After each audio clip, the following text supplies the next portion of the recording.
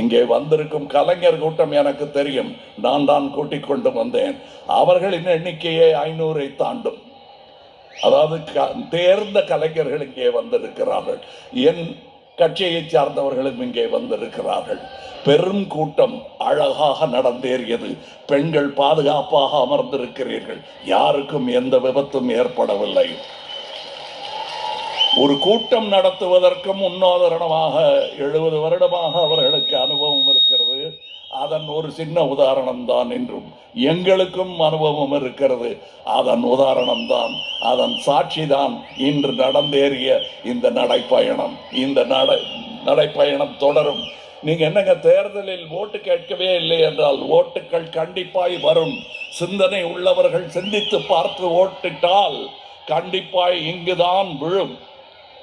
அதற்கு வாழ்த்து சொல்ல வேண்டியதில்லை, வழி சொன்னால் போதுமானது.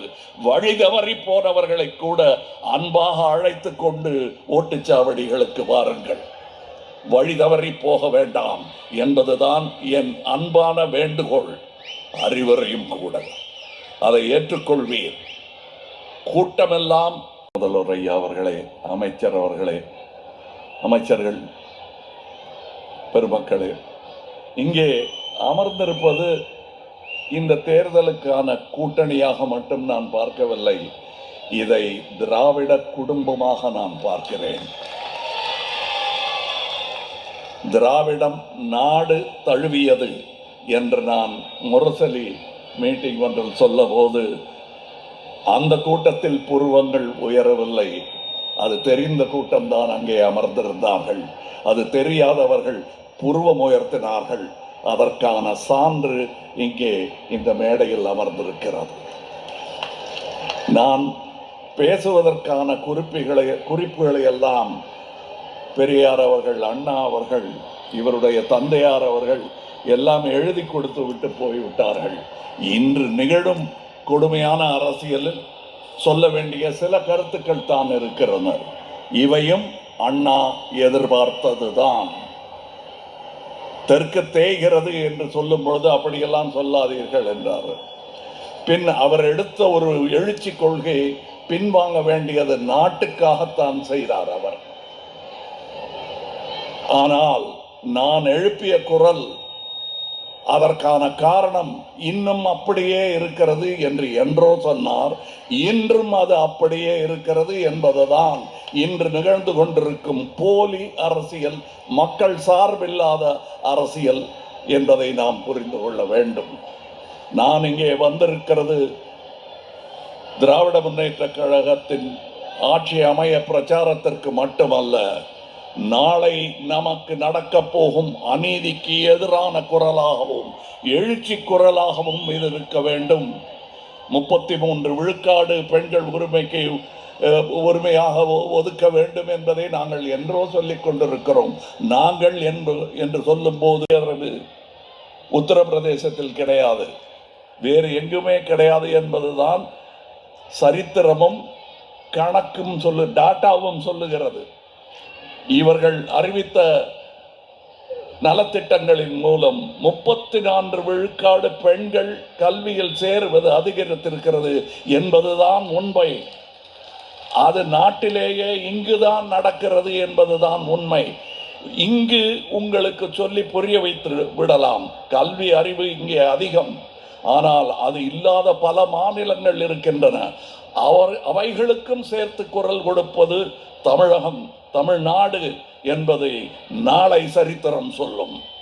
இன்று எப்படி நமக்கு பல துறைகளில் நாம் முதலிடம் வகிக்கிறோம் என்ற அந்த உண்மையை கசந்தாலும் அவர்கள் ஒத்துக்கொள்ள வேண்டிய நிலைமை இன்று இருக்கிறது. நான் இந்த பாடலில் வரும் வரிகளை நீங்கள் உற்று கேளுங்கள், தெளிவாக செவிசாயுங்கள். உங்கள் வீடு வந்து அடையும். அதற்காக எழுதப்பட்ட பாடல். உங்கள் வீடு தேடி வரும் அந்த பாடல். அதன் வரிகளை நீங்கள் பார்த்தால் என் கோபம் புரியும். இந்த மேடையில் யாரையும் வையவோ திட்டவோ நான் வரவில்லை. அது நான் நிஜமாகவே எனக்கு 10 சீட்டு கிடைச்சிருந்தாலும் நான் வைய மாட்டேன். ஏன்னா நான் எதிர்கட்சி என்று எதையுமே பார்ப்பதில்லை. கட்சிகள் அவ்வளவுதான். தமிழ்நாடு நம்முடையது. சித்தாந்தங்கள் மாறுதலாக இருந்தாலும் அவற்றை அரவணைக்க வேண்டும் என்பதற்கு எடுத்துக்காட்டாக உள்ளார் சகோதரர் ஸ்டாலின் அவர்கள். அதற்கு மேல் என்ன வேண்டும்? நானும் பேசியிருக்கிறேன். ஆனால் நான் பேசியது விமர்சனம் மட்டும்தான். நான் சொன்ன திட்டங்களை எல்லாம் மகளிர் உதவி திட்டம் என்று நாங்கள் மேனிஃபெஸ்டோவில் எழுதித்தான் இருந்தோம். சாதனை என்பது சொல் அல்ல, செயல். என் கூட்டத்தாருக்கு இந்த வார்த்தை 40 வருடமாக நான் பழக்கி வைத்திருக்கிறேன். அவர்களுக்கு புரியும். அந்த செயலை செய்த ஒரு காரணத்திற்காக மட்டுமே நான் இங்கு இருப்பது நியாயமானது. கேள்வி கேட்காதீர்கள். நான் இங்கே இருக்க வேண்டியவன். அதனால் இங்கே வந்தேன். ஒரு சின்ன கதை. 21 வயதாக இருக்கும் போது இவருடைய தந்தையார், நீ ஏன் இன்னும் திமுக கழகத்தில் சேரவில்லை என்று ஒரு டெலிகிராம் அனுப்பி இருந்தார்கள். எனக்கு பதில் சொல்ல அன்று தைரியம் இல்லை. இன்று நான் இந்த குடும்பத்தில் சேர்ந்து விட்டேன் என்பதுதான் உண்மை. எனக்கென்று ஒரு தனி கட்சி இருக்கிறது என்றேன். வைத்துக் கொள்ளுங்கள். ஆனால் எங்களுடன் இருக்க வேண்டும்.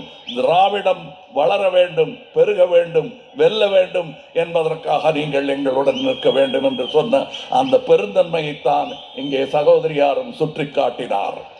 இன்று இந்த கூட்டத்தில் 30,000 பெண்கள் நடந்திருக்கிறார்கள். முன்னோடி உதாரணமாக நீங்கள் நடந்திருக்கிறீர்கள். இந்த கலைப்பை மறப்பதற்காக நான் சொல்லவில்லை. நாளைய சரித்திரத்தை நீங்கள் எழுதிவிட்டீர்கள் என்பதை நினைவுபடுத்துகிறேன். இந்த வேர்வையெல்லாம் வீணாகாது.